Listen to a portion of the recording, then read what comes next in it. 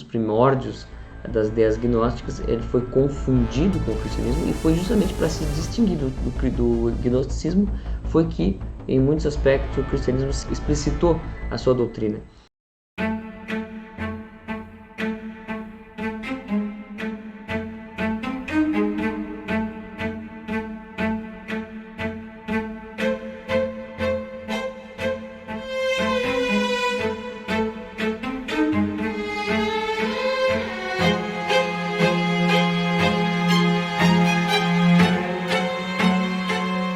O curso A Revolução Gnóstica é muito mais do que explicar o que é o gnosticismo.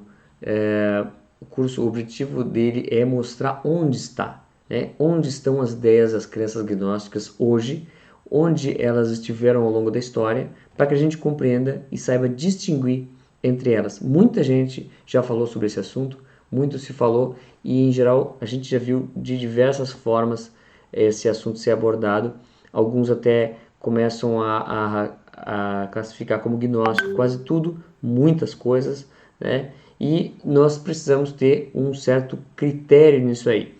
E a minha ideia é justamente apresentar a história desses pensamentos, a diversidade dessas crenças, mas principalmente a história, as diversas versões da história sagrada, das escrituras, das diversas tradições religiosas, como que marginalmente às tradições religiosas principais, essas crenças gnósticas andaram através de especulações, ideias teológicas, né, e históricas também, que se apresentaram em diversos momentos da história como uma história secreta, uma história que caberia a algumas pessoas buscar, e quanto mais se compreenderia essas histórias da forma como elas realmente são, maior a possibilidade então desse estudioso, dessa pessoa ser iluminada, né? Buscar uma iluminação e um desenvolvimento, uma ideia de evolução espiritual, né? Isso ao longo da história teve diversas formas de apresentação dentro do cristianismo. Foi inclusive nos primórdios das ideias gnósticas, ele foi confundido com o cristianismo, e foi justamente para se distinguir do gnosticismo foi que, em muitos aspectos, o cristianismo se explicitou a sua doutrina. Então é inevitável a gente falar de gnosticismo e falar também do que é o cristianismo, né? Então esse curso ele é voltado especificamente para cristãos, mais especificamente para católicos, né? Porque muitas ideias gnósticas estão presentes no próprio protestantismo, através principalmente através da influência dessas sociedades que começaram ali com as ordens de cavalaria, os cavaleiros templários, diversas ordens militares que encarnaram esse ideal gnóstico, né, de maneira mais ou menos velada, alguns mais claros, outros mais secretos, e se desenvolveram e originaram o que a gente hoje conhece como sociedades maçônicas. Mas o mais importante é a gente entender como que essas ideias, para além dessas sociedades secretas, como que elas se transpareceram dentro do imaginário, na cultura, na literatura, né? Hoje, muito claramente no cinema enfim, e nas ideias políticas também, como que dentro das ideias políticas, das ideologias políticas, como que isso apareceu e como que isso aparece ainda hoje sob diversas formas diferentes. A gente consegue compreender a história recente dessas ideologias políticas ligadas ao gnosticismo, às ideias gnósticas, e a gente consegue antever para onde elas caminham, o que elas pretendem, e aí então a gente aprende a identificar essas ideias. Então esse curso ele é um alerta importante para os conservadores, para os católicos principalmente, porque ele fala de um risco não só de prisão, de perseguição contra cristãos, que isso vai e já está se efetivando, vai se efetivar de maneira mais concreta ainda, mas o risco para a alma, né? Porque para um católico que professa ideias gnósticas, ele está ali em um perigo grave, né? Então, quem tem interesse nessas coisas, em não estar inserido dentro de uma cosmovisão errada, uma cosmovisão perigosa, que leva a diversas consequências, né, tem interesse então em entender um pouco isso aí.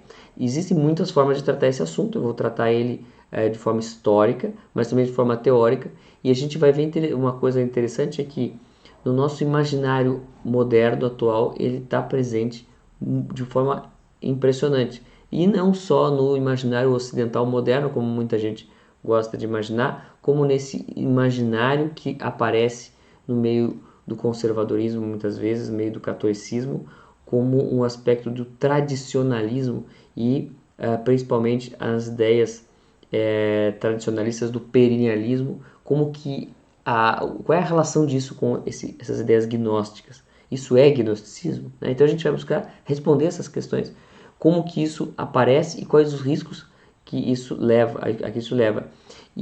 Mas o mais importante de entender, por exemplo, as crenças, a gente vai entender através dessas crenças que ao longo da história tiveram sendo professadas e disseminadas por grupos gnósticos, que muitas vezes não se apresentam dessa forma, obviamente.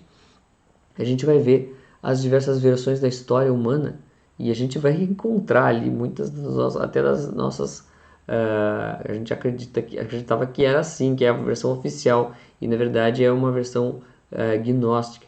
E como que isso se apresentou no cinema, por exemplo, né? Hoje a gente vê muitas conservadores e pessoas de direito falando do termo Red Pill, né? Que é a pílula vermelha do Matrix. O Matrix, como mostra bem Eric Voegelin, embora ele não tenha falado do filme, mas ele fala da cultura, né? Ele é um exemplo claro ali do gnosticismo, né? Isso tem um livro muito importante sobre isso, a religião das máquinas, do Eric Felinto. Ele mostra exatamente isso aí. É a religião gnóstica, a gente pode chamar assim, religião gnóstica, embora seja um conjunto de crenças tão diversificado, que não dá para abarcar uma religiosidade específica, mas a gente vai ver que isso está presente em diversas crenças da modernidade, né? Principalmente a gente vê na ciência moderna, essa ideia é muito clara.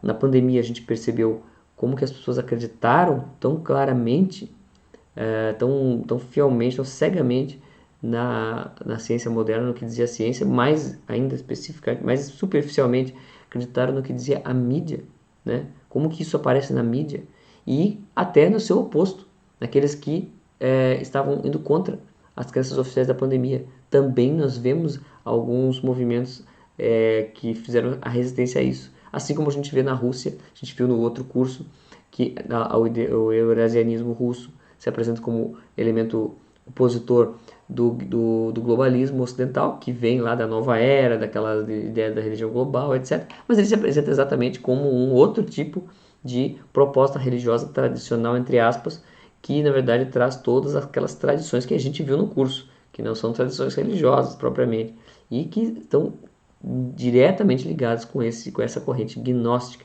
Então, o curso se chama Revolução Gnóstica justamente porque a gente vai abordar, claro, esclarecendo esses termos, que é revolução, que é gnosticismo, mentalidade revolucionária, crenças gnósticas, crenças neopagãs, como que elas foram ao longo do tempo reescritas e traduzidas por elementos gnósticos, crenças xamânicas, todas essas ideias espiritualistas que vieram sob uma moldura gnóstica, e como que isso fica claro ali, a presença dessas ideias gnósticas em diversos momentos históricos que a gente chama de quê?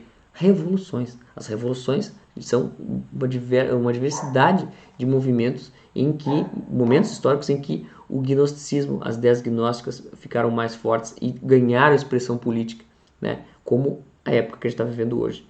Mas me parece que tem muito pouca gente interessada em distinguir e fazer a distinção dessas ideias, ou pelo menos uma distinção aproximada, né? Porque, claro, seria muito fácil a gente mostrar como se tudo fosse gnóstico, né? Mas também é muito fácil dizer que nada é gnóstico e tudo são coincidências, etc. Então a gente vai tentar mostrar na história onde que isso aconteceu, onde que isso esteve mais presente e na atualidade, que é o mais importante. Então, inscreva-se nesse curso, que na verdade vai ser um campo de estudo, na verdade, que estou começando, que a gente já nos últimos cursos ficou bem claro que a gente tem aproximado desse assunto, e a gente vai ver isso aí numa plataforma por assinatura. Você pode assinar e ter acesso então a esse curso e outros que virão. Quem se manter assinado ele vai ter acesso a todo esse material.